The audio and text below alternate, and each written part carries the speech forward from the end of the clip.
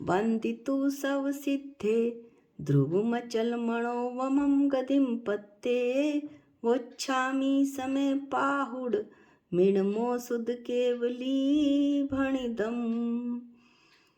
आचार्य कुंद कुंद देव यहाँ प्रतिज्ञा करते हैं कि मैं ध्रुव अचल अनुपम गति को प्राप्त हुए सभी सिद्धों को नमस्कार कर शुद्ध केवलियों द्वारा कहे गए इस समय सार नामक प्रावर्त को कहूँगा। इस प्रकार उनका समय सार का मंगलाचरण करने के बाद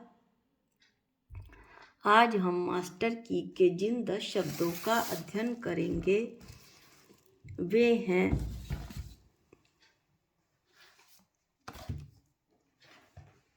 आश्रव, बंध, संवर, निर्जरा, मोक्ष, पुण्य, पाप, प्राण, मन और वेद। इनके सभी के दो दो भेद हैं, द्रव्य व भाव। मूल बात यह है कि हम उन शब्दों का अध्ययन कर रहे हैं जिनके दो दो भेद हैं। आप एक इन 10 शब्दों की पिक भी देख लीजिए।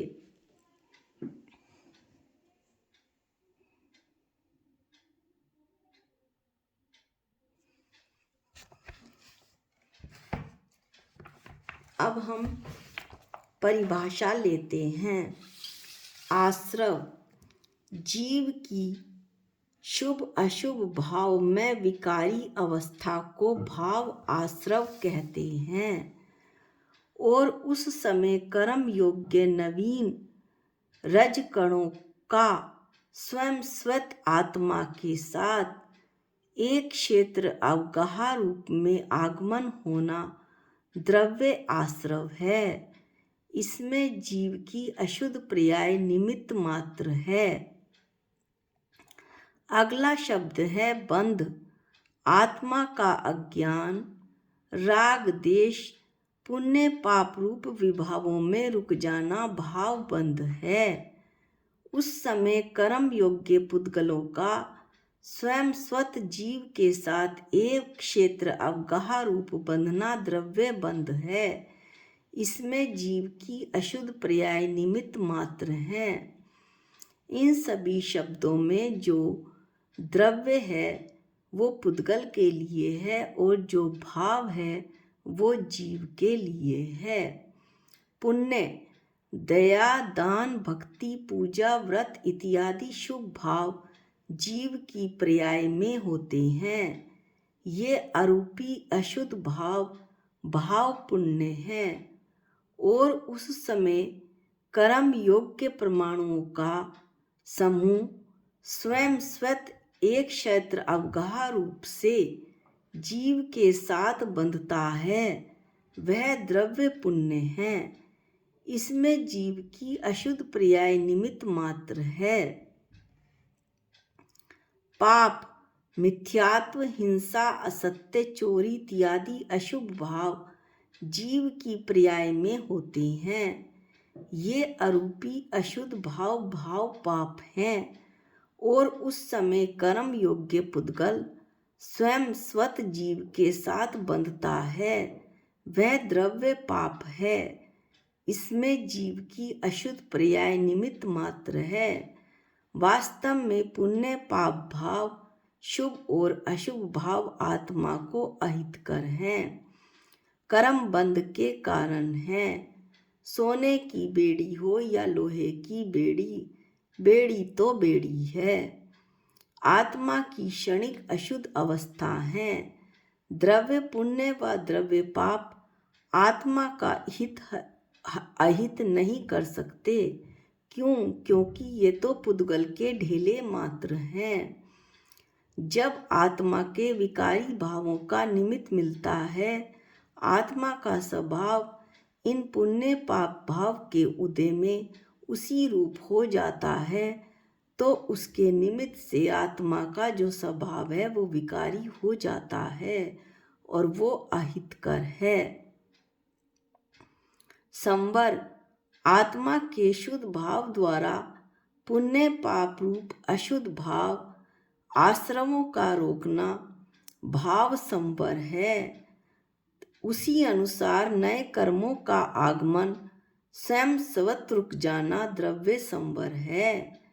निर्जरा जो अखंडानंद निज शुद्ध आत्मा के लक्ष्य के बल से आंशिक शुद्धि की वृद्धि और अशुद्ध अवस्था शुभाशुभ इच्छा रूप की आंशिक होना, आंशिक हानि होना भाव निर्जरा है।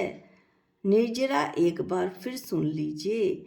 अखंडानंद निज शुद्ध आत्मा के लक्ष्य के बल से, यानी अखंडानंद निज शुद्ध आत्मा जो मेरी चेतन भगवान आत्मा है, उसके आश्रय के बल से आंशिक शुद्धि की वृद्धि होना और अशुद्ध अवस्था शुभ अशुभ इच्छा रूप की आंशिक हानि होना भाव निर्जरा है। उस समय खिलने योग्य कर्मों का स्वयं स्वतः अंशतः यानी कि एक देश खिल जाना द्रव्य निर्जरा है। अगला शब्द है मोक्ष। आत्मा की पूर्ण शुद्ध पर्याय का प्रकट होना और अशुद्ध पर्याय का सर्वथा नाश होना भाव मोक्ष है। उस समय अपनी योग्यता से द्रव्य कर्मों का आत्म प्रदेशों से अत्यंत अभाव हो जाना द्रव्य मोक्ष कहलाता है। अगला जो शब्द है वो है प्राण। व्यवहार न से जिसके 3 कालों में इंद्रिय बल आयु और श्वासोच्छ्वास ये 4 प्राण जिसके किसके जीव के होते हैं वे द्रव्य प्राण कहलाते हैं। ये 4 प्राण 10 प्राण रूप में भी बताए जा सकते हैं। इंद्रिय 5 इंद्रिय, बल मनोबल वचन बल और काय बल, आयु और श्वासोच्छ्वास, इस तरह से 10 प्राण द्रव्य प्राण हुए। तथा निश्चय से जीव में जो चेतन प्राण हैं वो उसके भाव प्राण कहलाते हैं। ये इंद्रियों के अगोचर हैं, इंद्रियों से नहीं जाने जा सकते और शुद्ध चैतन्य प्राण हैं, ये भाव प्राण कहलाते हैं। इस प्रकार से 10 द्रव्य या 4 द्रव्य व भाव प्राणों से जो जीता है, जिएगा तथा जीता था वह जीव कहलाता है।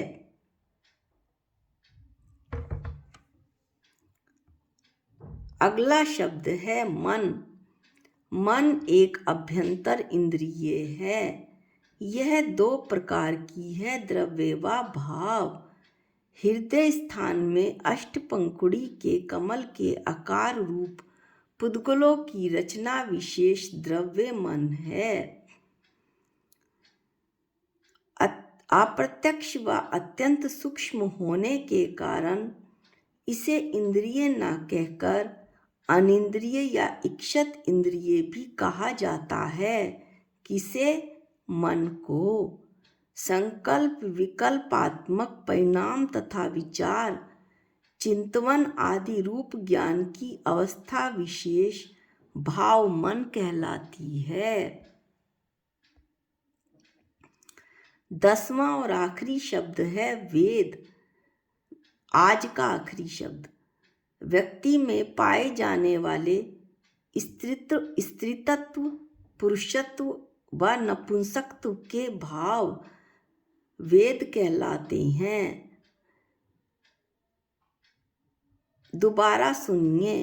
व्यक्ति में पाए जाने वाले स्त्रीत्व यानी स्त्रीपना, पुरुषत्व यानी पुरुषपना, नपुंसकत्व यानी नपुंसकपना, ये भाव वेद कहलाते हैं।